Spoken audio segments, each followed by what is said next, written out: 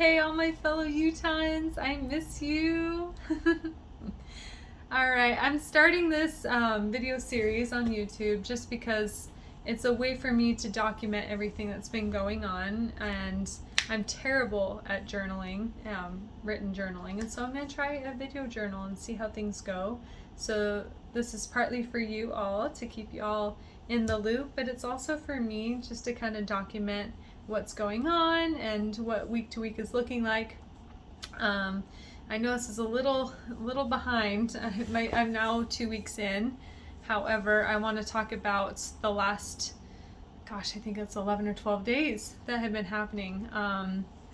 Let's just start at the beginning. So I did fly from Salt Lake directly to Paris, and I had a 31-hour layover in Paris. And I was so excited to get to see a dream city that I've always wanted to go to. I always had this deal with myself that I wouldn't actually go to Paris until I could speak fluent French. However, this just was an exciting opportunity to pop in for a little while.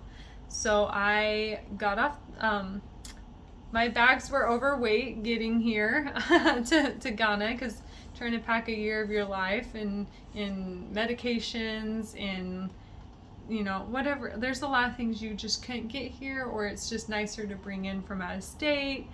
From out of the country in. And so I packed some good things that way, and it's not exactly like trying to pack your life into 3 bags. So anyway, I did pay about $300 US to take my bags here, and then I ended up getting to Paris. I checked my 3 bags in. There's an actual storage place in the airport that you can go to, and they weigh your bags and they charge you, and you can actually leave them there securely overnight.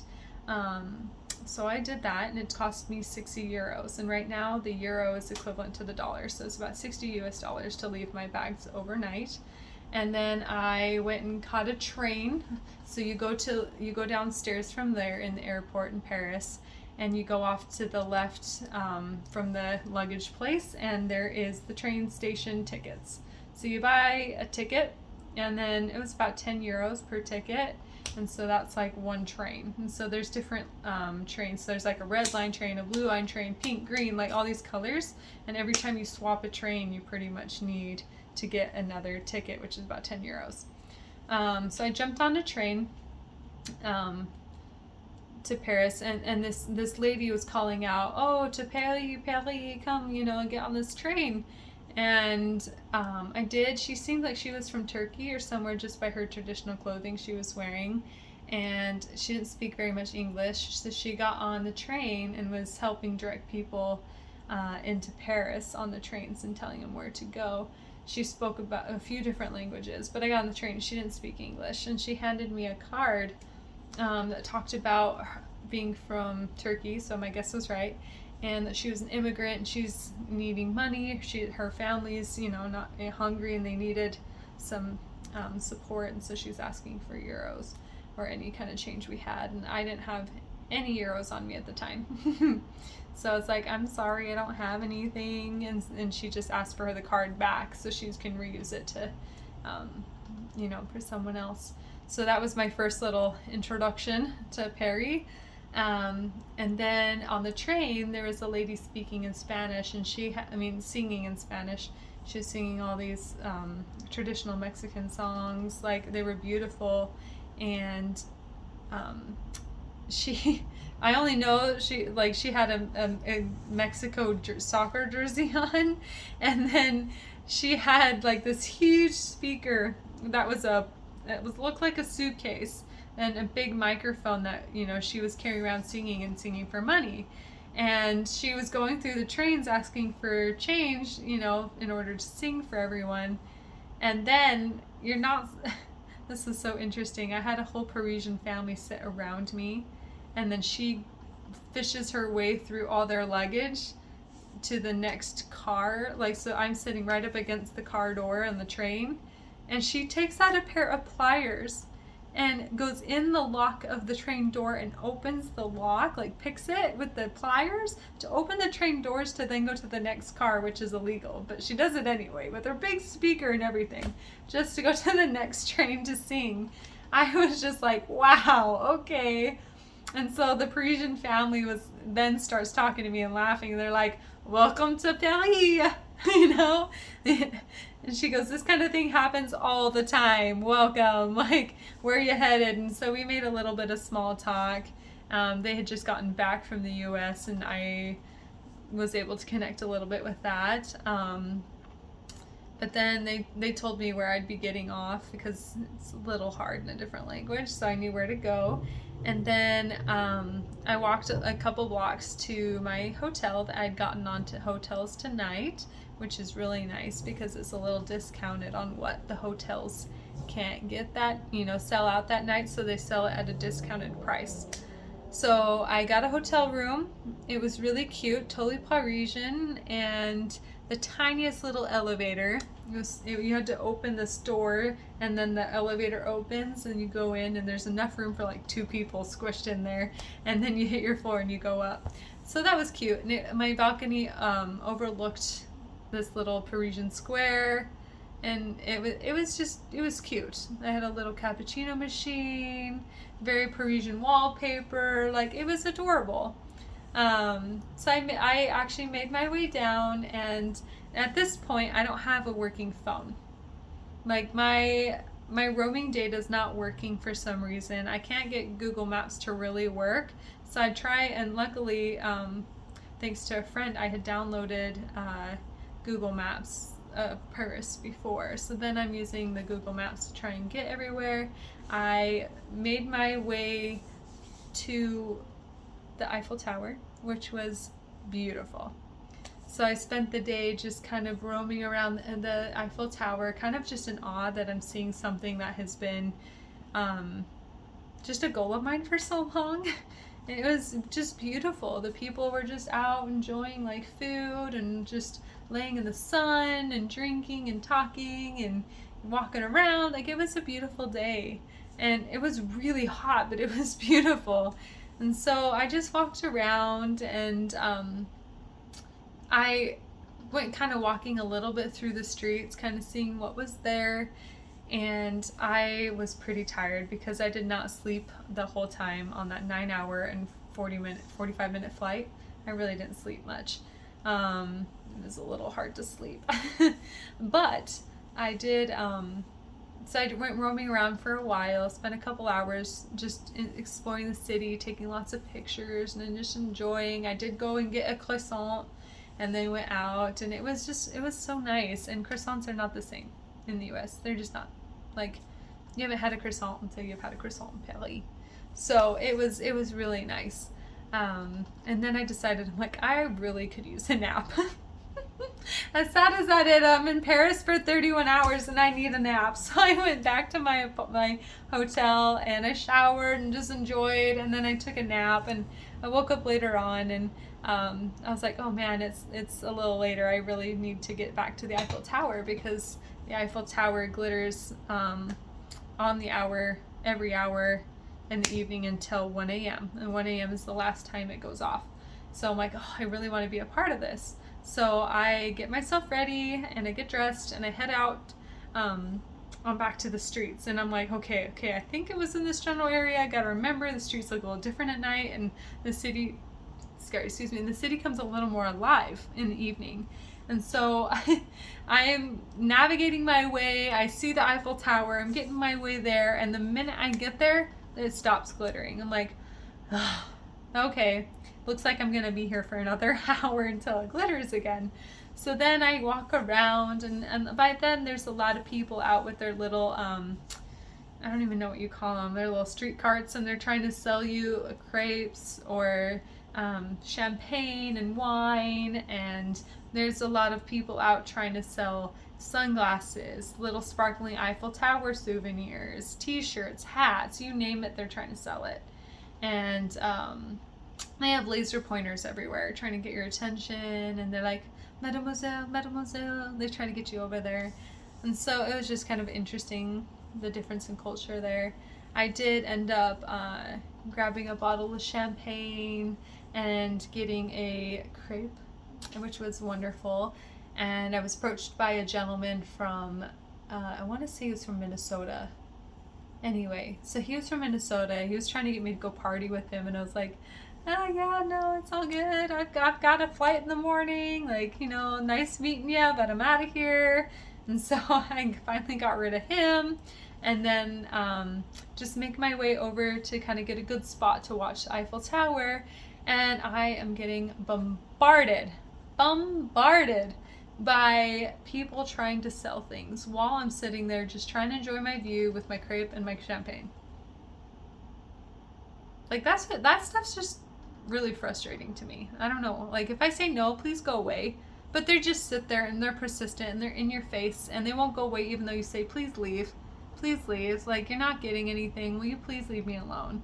They're just in your face. And so this French guy, not too far away, kind of notices me getting frustrated, and he goes, Mademoiselle, can I take a seat by you? Is that okay? Like, you know, and I'm like, wow, geez, guy, thank you for asking. Yes, you can come park a seat next to me and we can chat, you know, get to know each other a little bit.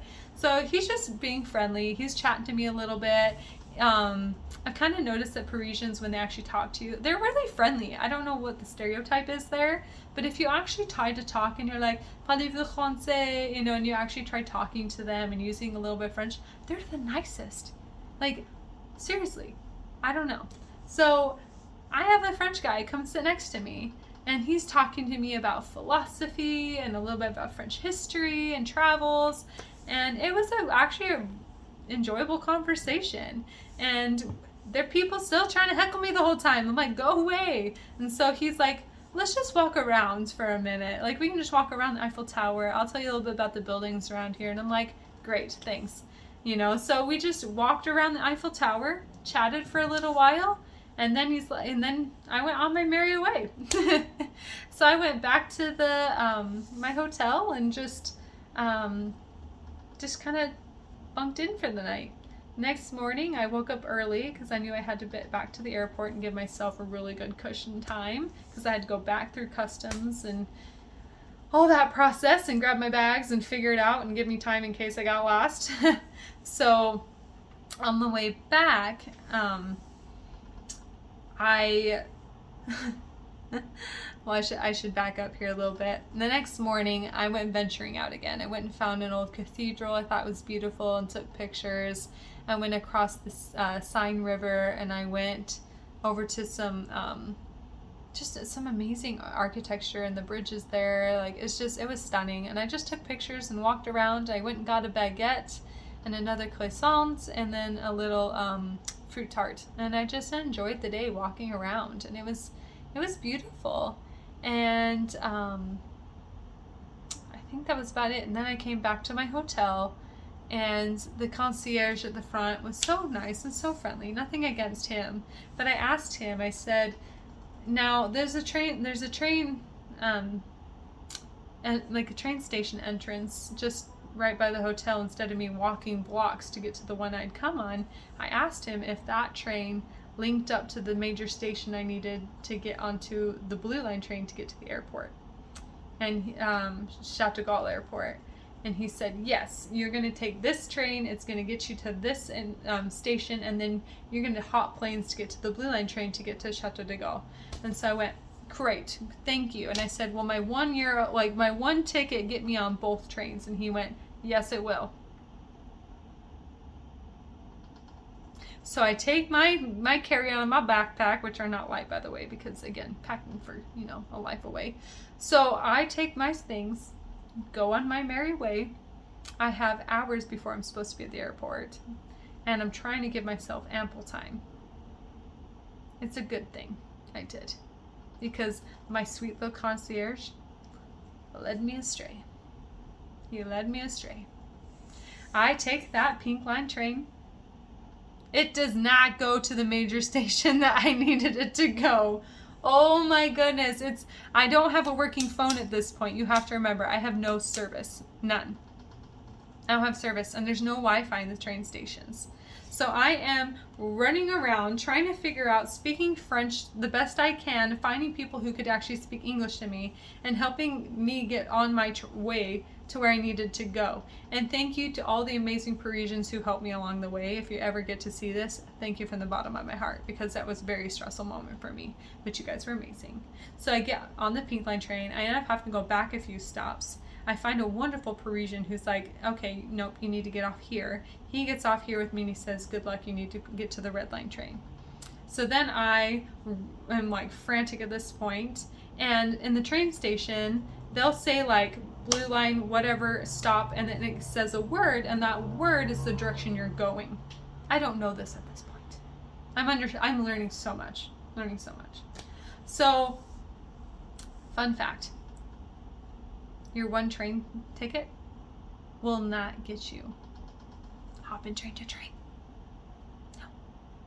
So then, with the help of another Parisian friend, I make my way to the Red Line train, only to be locked out of the gate because my ticket won't work. So now I'm freaking out because the next train's coming soon, and I gotta get to the airport. And there's a Parisian couple on the only working ticket machine, taking their sweet time. Like, oh, buddy, get off. I need to get going. Finally, they get off. I hurry and rush and get my ticket, and I don't know what's so hard about getting it so fast. I'm like, boom, done. And I'm running to the next train. And I find this cute little Parisian man, and I'm like, merci, like, please, help me out. We're speaking French a little bit. Finally get him to, like, he's like, oh, yeah, I'm actually going this way. I'll help you. So he takes me all the way down to where I need to be. I would have never found it. And he gets me on the train, and he goes, Kate, you're getting off at this stop. Good luck, my friend. And I'm like, oh, merci beaucoup. And so he gets me on my way, and then I see the Blue Line train, and with the help of another Parisian, I get on the train I need to get to the airport. Holy stressful. Can I just tell you, holy stressful. So now I'm at the airport. I get off, and I'm just like sweating and nervous the whole time, and I'm thinking, oh my gosh, I hope I still have time to get through the airport, get through customs, do all this, like...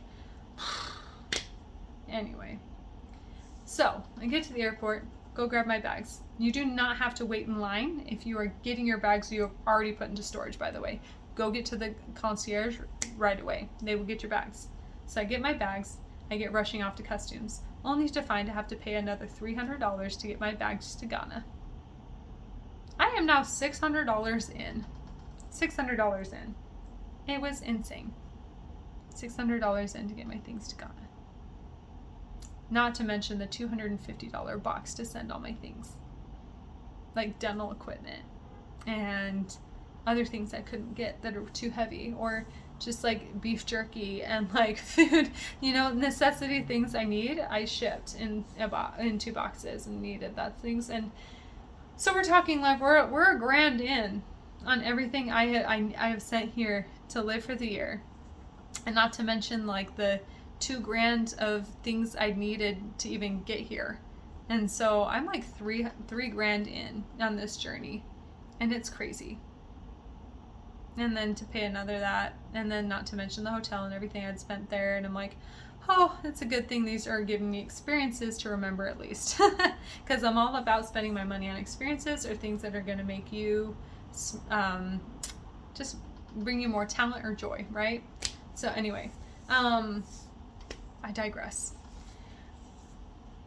I finally get to my gate with the help of other people, because the line to customs was crazy, but they knew my flight was leaving sooner, so they rushed me through, which was so nice. Thank you to all those people who helped me through. I get through, my bag gets searched. Apparently, they're a lot more strict in international flights on how many toiletry things that you can have on a flight. Lesson learned. Quart-sized bag. That's it. I had to throw away so much, and I was so upset. I had everything in a gallon bag. Nope. They threw away half my things. I was really upset by that. Just to watch her throw it right in the garbage on things I bought. They were not very cheap. But hey, I digress. Again. So anyway, get on my flight. It's another 5 hours and something. I'm like, oh, and I'm so tired by this point. I did end up falling asleep for a little while. Not very long, but I had fallen asleep for a good half hour. And then I was in Burkina Faso, And then I stayed on the plane while they cleaned it and got everything ready again. We had more passengers get on board, and then it was another hour flight into Ghana. And so I got into Ghana, and the first thing that happens to me as I get off the plane is an immigration officer is there waiting for me with my picture on his phone, and he goes, "I am here for you." Okay. That's not scary at all, right? As you're entering a different country and someone's waiting for you. I don't know why my first reflex is like, oh my gosh, what'd I do? What's going on? Is everything okay? But that's where my mind went, and I was like, okay. And he goes, "Just kidding." And he's like a big, muscular, intimidating man. And his name was Atta. So Atta shows me the way to baggage claim, gets me checked in, gets me a 30-day visa because my working visa isn't through yet. So you can get a visa upon arrival in Ghana, and my office was nice enough to pay for that because it's a little more expensive when you get a visa on arrival. And so I got that approved, got my passport all squared away with my new visa, and then we went and got my bags. And I had 2 immigration officers with me at this point. And I pulled one of my bags off the carousel, and they're like, no, let us do it. And I'm like, oh, okay, well, I've got my white and black marble carry-on. I said, I've got one more big one that looks like this, and this red one, I've got one more that looks like this. And so the immigration officer pulls off my white marble one. I'm like, awesome, loads it up on a cart. And I load up my red one on the cart. And then he goes and grabs my other red one, throws it on a cart, and we go on our merry way. And by this point, they're not checking for my passport and matching luggage tags or anything, or even looking at my passport as I'm entering. And so the lady's like, "What do you have in your bags?" I'm like, "Clothes, necessities." She goes, "All right, bye." Because it's like 11:30 at night in Ghana. Apparently they don't care when it's late. And so they send me on my merry way. I then got picked up by the office manager for the dental office. His name's Michael. I got picked up by Michael, and Michael takes me, well, I'm sorry, this isn't, let me back up. I got picked up by Betty and Charles, the people who hired me for the practice, and they were so kind to pick me up so late. And they take me to my apartment, they quickly show me around, and they drop me off, and they go on their merry way. Well, Raquel came over, the other hygienist who lives next door to me, that's here from Colorado. She comes over, and luckily she did, because I don't have Wi-Fi or a working phone at this point. I have no way to contact anybody, and she, at least with AT&T, had some service, and she got her Wi-Fi set up the night before. And I was so grateful, because I'm looking at my bags, and I realize, looking at my bags, that the red suitcase that the officer had taken off the carousel was not mine. And I'm looking through my bags really quick, and I realized that the bag that was left at the airport that was mine was my first night bag. I had my loops, I had scrubs, I had all my necessities for the first night that I'd need in that bag, including a toothbrush. And you hygienists, I know how that makes you cringe. I was so upset after being on a plane all day and not being able to brush my teeth. Luckily, Raquel, the other hygienist, had a little kid's toothbrush that was like one of the donated ones she had gotten, and she gave it to me. I got to brush my teeth, and I was so happy about that. But I didn't have any way of like contacting anybody, and so she let me use her phone to let the office managers know, hey guys, wrong bag at the airport. And so I was just a mess. I was a wreck, thinking someone had taken off with my bag. It wasn't locked. Like, my loops are gone forever, and my head goes to worst case scenario.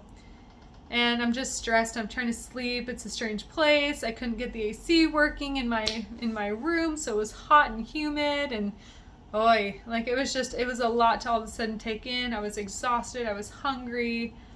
It was just a lot. And I didn't sleep very well, but the next day Raquel came knocking on my door, and I woke up to my alarm clock, and I didn't hear her knocking because she had sent Michael, the office manager, to come get me to go back to the airport to get my bags.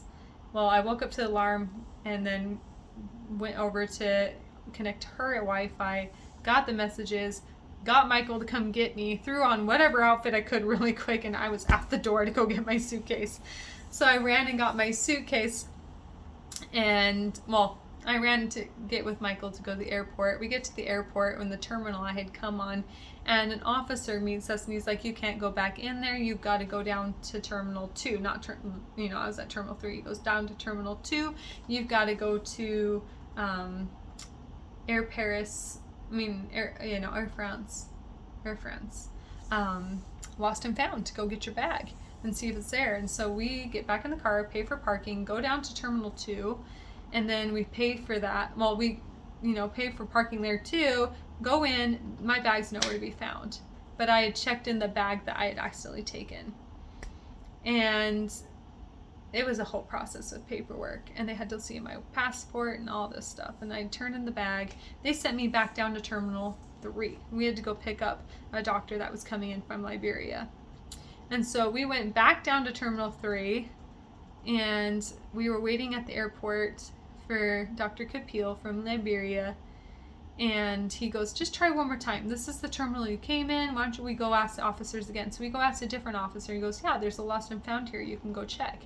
But only she can go through. So I had to go find my way to lost and found. And I finally found a guard standing outside. And I was like, hi, I actually took the wrong bag. I'm just here to look at it and see if my bag's here. He just kind of ushers me over in the corner to go look. So I look and I find my bag. And I am so, so grateful. It's there. I get my bag and I go over to him, and there's a note attached to it with the guy's suitcase I had accidentally taken. His information is like stapled to a paper on my suitcase. The gentleman, the guard, has to look at everything and approve that I'm the person, that's actually there for my bag. So he's looking at this. He calls the man on that note of the bag I'd taken and says, hey, some white lady took your bag. Yeah, she brought it back. You can come get it anytime. I am the only white person in the whole airport, and he's telling this man that I just took the bag. This man's gonna just show up and see that I'm like the one white person there and get pissed off at me. And I'm like, dude, don't pull that card. Don't pull that card, please. Like, I'm like sweating bullets at this point, like thinking, oh my gosh, this is such a process. He would not release the bag for me until I had called the lost and found at Terminal 2. And she goes, yeah, there was a white lady in here. I'm like, oh my gosh. And so they send me back to Terminal 2 with my bag. So we paid for parking yet again to then go to Terminal 2 to pay for parking there again for the second time. To then go take my bag in to the lost and found, confirm that I'm the person that has it, and then I could finally go after they had searched my bag and had authorities come in and look at everything. So needless to say, I had lost my bag. I got it back. And that was just day one. I'll create a separate video to explain the rest of that day. But that was just the journey in getting to Ghana.